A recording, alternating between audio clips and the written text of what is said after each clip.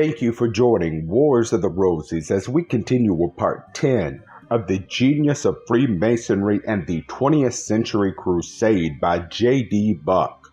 Freemasonry as a great school. These schools of antiquity have been numerous and some of them very famous. Among the Hebrews there were the schools of the prophets and the rabbinical schools with great teachers versed in the law and the tradition. Among the Persians, there was the school of Zoroaster, and among the Greeks, they were very numerous, for besides the great names Aristotle, Plato, Pythagoras, and many others, there were the mysteries, in which many of these leaders and teachers were taught.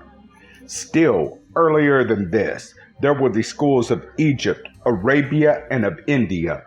From these schools, philosophies have emanated, and it is a very interesting study to compare the various schools and trace the analogies in the various theories of life and the origin of doctrines and dogmas. The science of ethics and the philosophy of life may be traced in the teachings of all these schools. They all concern themselves with human conduct, with the relation of man to each other, and to that power everywhere and at all times recognized as above and beyond man, and to which he is indebted for his existence and owes allegiance, whether it be that nature worship, which we designate as idolatry, or pantheism, deism, theism, and the worship of the gods. Sometimes the term school is used in a very vague and indefinite way, to designate only a prevailing line of research with perhaps only general agreement as to a few basic principles and methods of procedure. The school of modern science is such a term, where perhaps hardly any two of its disciplines would define its boundaries, laws, and precepts in precisely the same terms. They would, however, agree in a few broad essentials. From all this, we discern the tendency of thinkers, leaders, and wise men to gather about them students and disciples, and the prevailing custom of men at all times and in all countries to group themselves in sects, schools, parties, or believers, giving general assent to certain principles, precepts, or dogmas, and holding with these dispassionate moderation, or with the blind zeal of fanatics. It is not difficult to find among these schools of antiquity, and in every age, those that dealt largely in ethics and economics, leaving theological questions largely out of account, dealing thus with the facts of common experience and the common well-being of man. Some of these ancient schools denied and some affirmed the existence and immortality of the human soul.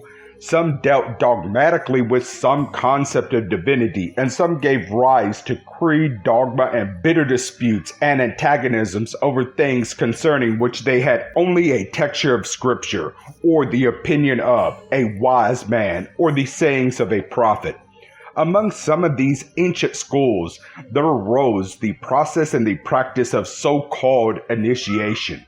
This practice prevailed in all the so-called mysteries of antiquity, in the schools of the Hebrews, Greeks, Arabians, Egyptians, Hindus, and among the early Christians for the first 2 or 3 centuries. The meaning of this initiation was, first, to instruct and indoctrinate the candidate, and afterwards to secure experience in putting in practice the precepts and instructions gained. These initiations in many cases assumed fanatic forms, degenerated into license and debauchery, and in others were so severe and horrible as to endanger life or result in insanity. In spite of all these abominations and abuses, the principle remains, and true initiation represents first the instruction of the individual as to the nature of his own faculties, capacities, and powers, and beyond this, their highest and noblest use in the process of normal evolution, this in its highest, broadest, and best sense in education, drawing out man's natural capacities and asserting their best use. All schools, colleges, and universities of the present day aim, with more or less directness and intelligence, at precisely this result. They more often, however, pour into the individual student the opinions of men, leaving the student often as ignorant and helpless as before, regarding his own nature, capacities, and their highest and best use. Rightfully understood, true initiation means education in the highest and best sense. The technical schools that teach the arts and crafts at the present time, as far as they go, come the nearest to the idea of a true initiation. The student so instructed gains a most valuable practical experience that he can put to use in afterlife. Freemasonry is a great school of instruction in the conduct of life, and the whole ceremony of initiation is specially designed and adapted to bring to the consciousness of the individual candidate those basic principles that lie at the foundation of all human progress and the well-being of man. By instituting this ceremony of initiation through a common tradition and uniform ritual, by the selection of symbols and ceremonies, and providing against their alteration, the most completely to embody, express, and illustrate the essentials of right conduct in all human relations, the genius of Freemasonry not only stands without rival today, but as far as it goes and is applicable to the average intelligence of good men and true, worthy, and qualified for such an instruction. It is not transcended by the best schools known in any age or among any people. Nothing in the whole history of man is more remarkable than the existence of this school today, assuming essentially its present form more than 200 years ago and remaining practically unchanged. Those who choose may look upon this as a fortunate accident. Those who find in nature and in life no result without a sufficient cause will recognize in Freemasonry both intelligent design and the most transcendent human wisdom, making use of certain knowledge for the most specific ends. The real student finds neither accident nor the commonplace. The aim at this point is not to magnify, but to understand and appreciate. Here lies the real secret of all great discoveries and utilities. Edison appreciated the possibilities of electricity and studied and experimented with zeal and determination to discover, apply, and utilize these possibilities.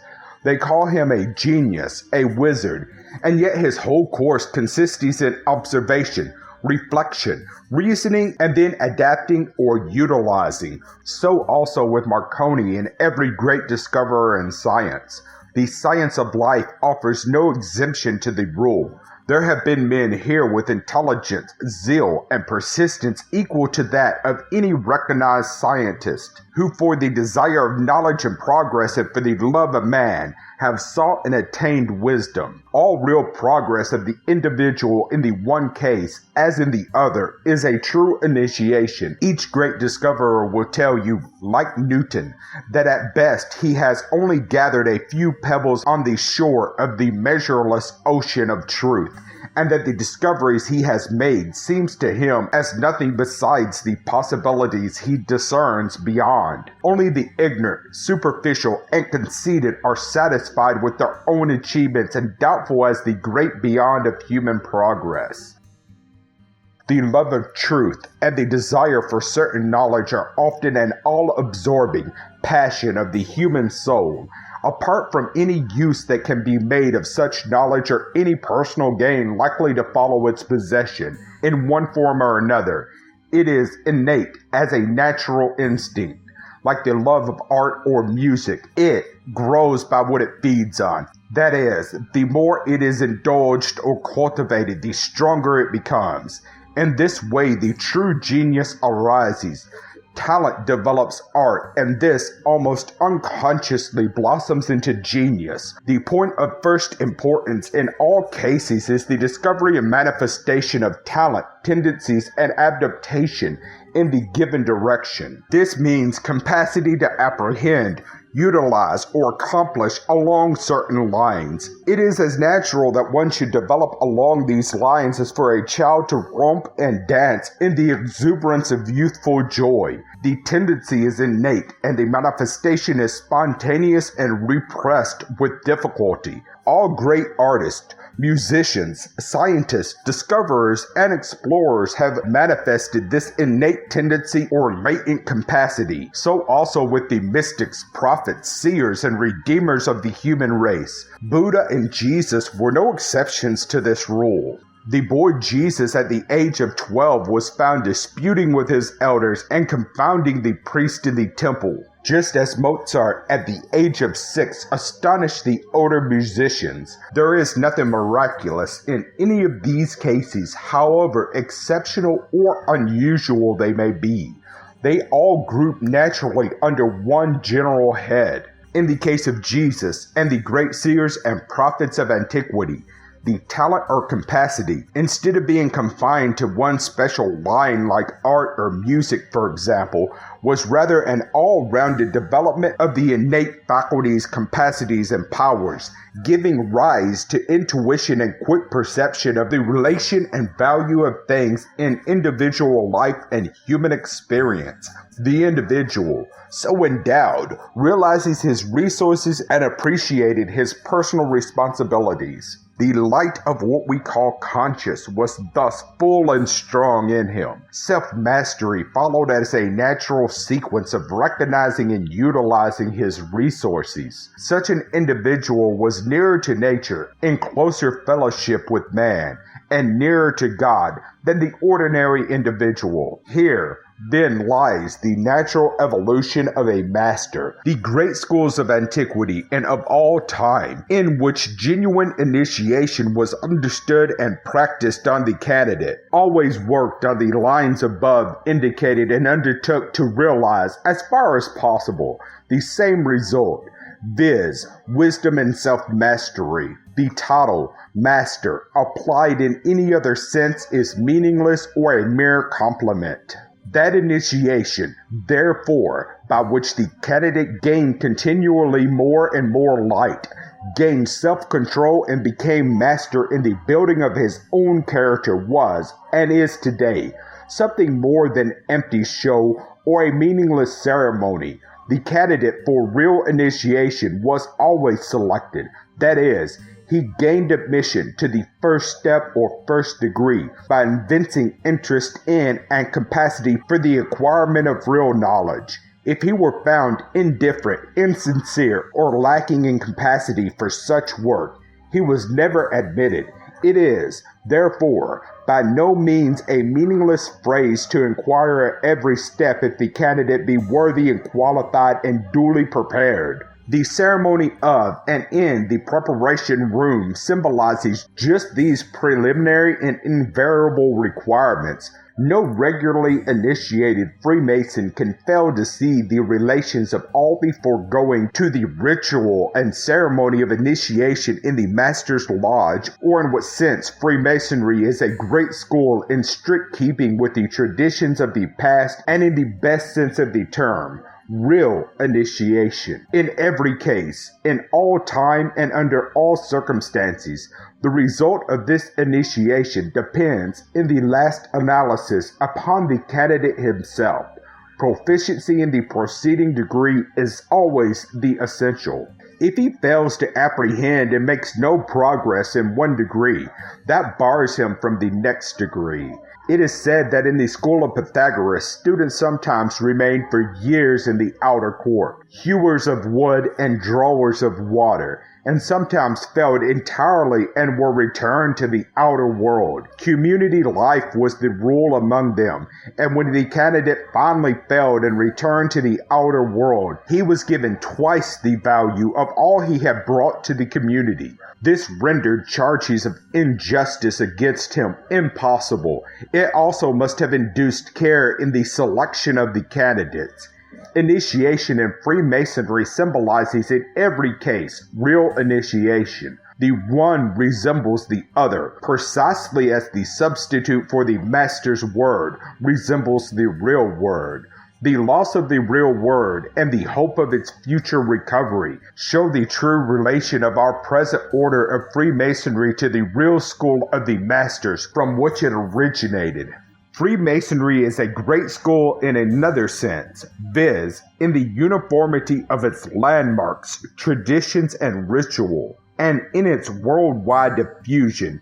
Its lodges are found in nearly every country of the civilized globe, and there are traces of it among the native Indians of North and South America. It therefore includes in its fellowship millions of the best men to be found on earth today. The great school from which Masonry originally sprung, composed of real masters, such as above described, has recently appealed to the intelligence of the present age under the title of the School of Natural Science. This school is not of recent origin. We are told by the author of the book, the great work, in which its teachings are broadly outlined.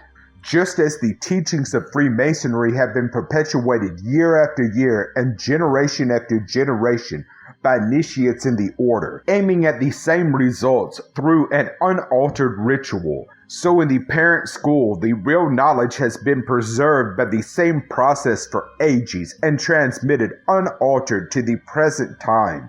No one can be expected to understand how this can be done so well as a regularly initiated Freemason. Let any brother imagine his departure from the earth life and his return after, say, 100 years, knowing what he does of the work in the lodge, the care taken to perfect the language and yet to alter no essential feature of the work. He can easily imagine that he would feel quite at home on his return and drop into his accustomed place and share in the work then as now.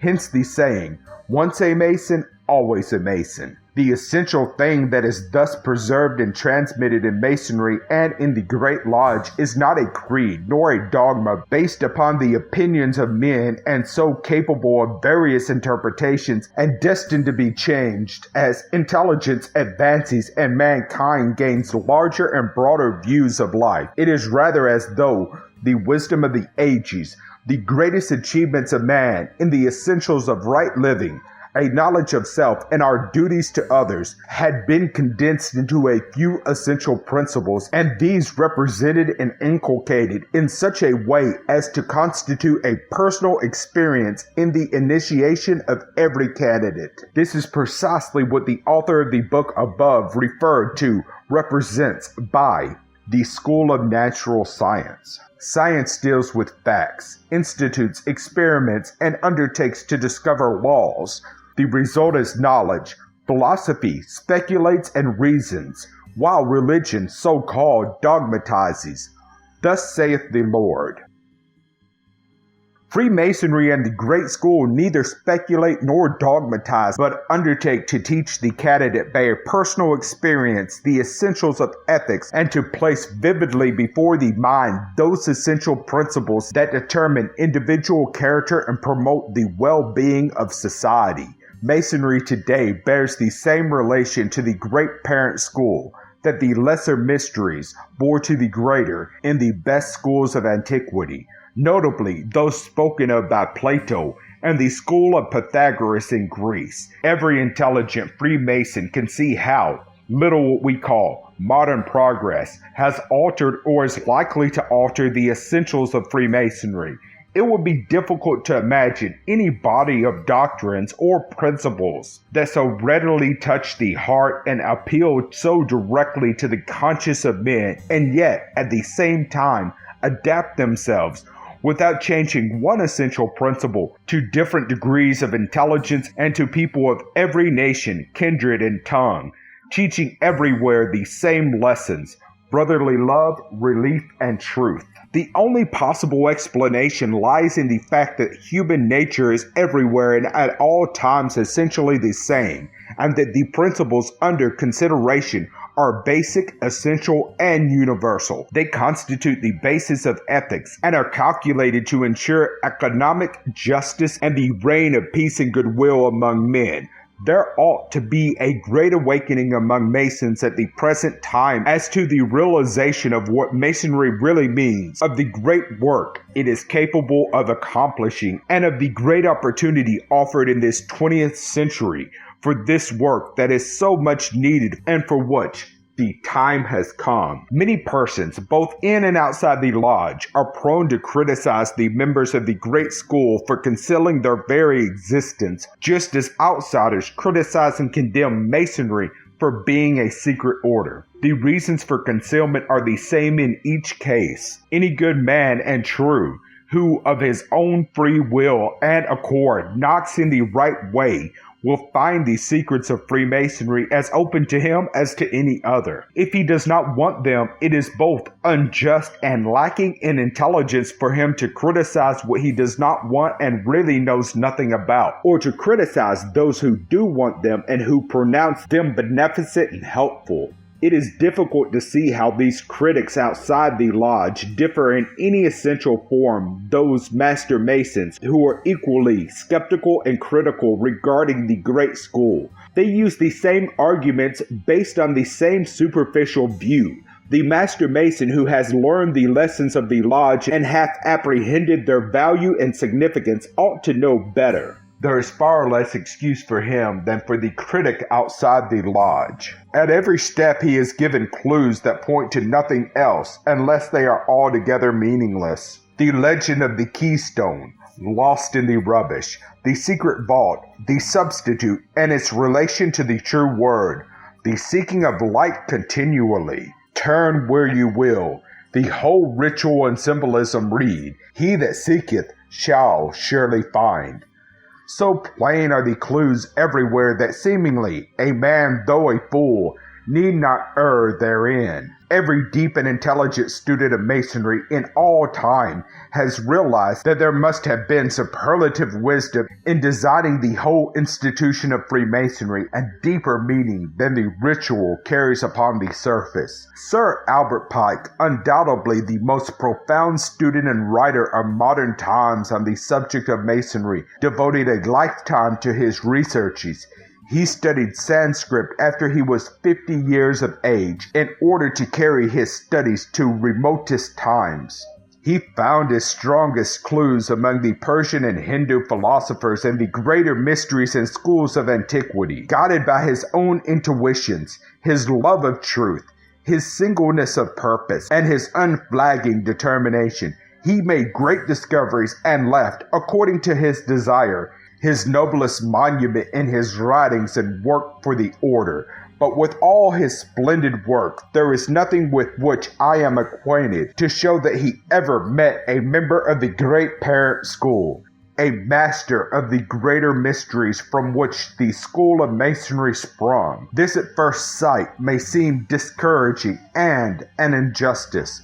The real reason lies in the facts that the time was not yet ripe for the work in the Western world, and no such representative, with all the necessary requirements, was ready to take up the work. The conditions of every age differ essentially from every other. While the essentials of the work never change more than those of Masonry itself, it has to be adapted in language and forms of thought to the present times and people among which it is to be promulgated. There is, moreover, the law of cycles, and the saying that there is a tide in the affairs of men, which, taken at the flood, leads on the fortune, is nowhere more true and applicable than in the case under consideration. Bigotry, intolerance, and superstition have had their day and waned, at least with a large number of intelligent people. Phenomenal spiritualism and hypnotism have had their day and are fast waning. Out of all the turmoil, the fraud, and the fanaticism has come the conviction that there are more things in heaven and earth than were dreamed of in our philosophy. The ground has been prepared for rational concepts, and there is the dawning at least of a science of psychology. A few at least will listen without prejudice, apprehend without fanaticism, and serve without the hope of fee or reward. The time is ripe. The necessity is here. As elsewhere pointed out, in the encroachments of the spirit of the Dark Ages upon all free institutions. Nearly a quarter of a century ago, this opportunity was foreseen and provided for. One deemed worthy and well qualified was duly and truly prepared and initiated into the great school and assigned to the work of the present age in America. For years he tried to find one listening ear and failed. Real knowledge of the soul, the secret of death, crossing safely the great divide. Preposterous. But with the advance of the new age and the light of the 20th century, one came and then another, till several hundred faithful breasts listened to the instructive tongue, and today the rising tide is here in America. Where's to be fought out the great battle between light and darkness, between the ethics of the man of sorrows and those of Torquemada. None are so near this great school as Freemasons if they choose to have it so. Holding as they do the perfect points of entrance to the lesser mysteries, they may pass by right of proficiency in the preceding school of Masonry and knock at the door of the great school. That such a school should exist, gather and preserve the wisdom of the ages, and hold and transmit it to the present time without the hope of fee or reward, but solely for the benefit of man, is no more remarkable than that Masonry should exist, preserve, protect, and transmit its secrets, unaltered, century after century. Indeed, all of our knowledge of Freemasonry renders the existence of the great school a possibility, if not a foregone conclusion. Without the hope of fee or reward is a saying in Masonry only partially adhered to, as the fees for entrance and dues, particularly in some of the higher degrees, are considerable. In the great school, however, this rule of no fees is literal and absolute.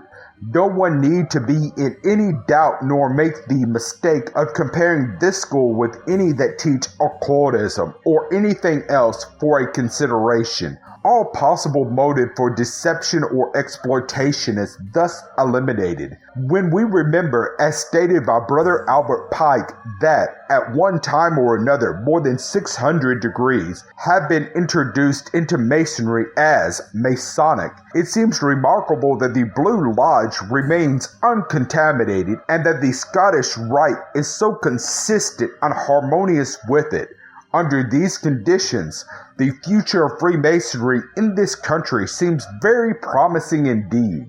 With popery on the wane in Europe and the hold of the Middle Father well shaken in Russia, the day for which Freemasonry has so long awaited seems now dawning.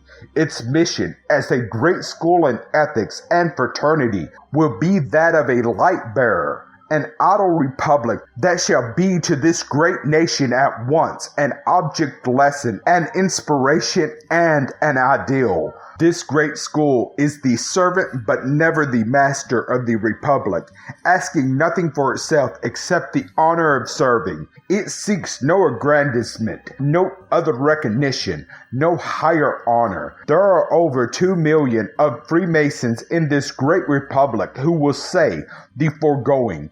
Amen. So mote it be. Political ecclesiastical Romanism continues to be in this and in all lands an organized conspiracy against the liberties of mankind. King.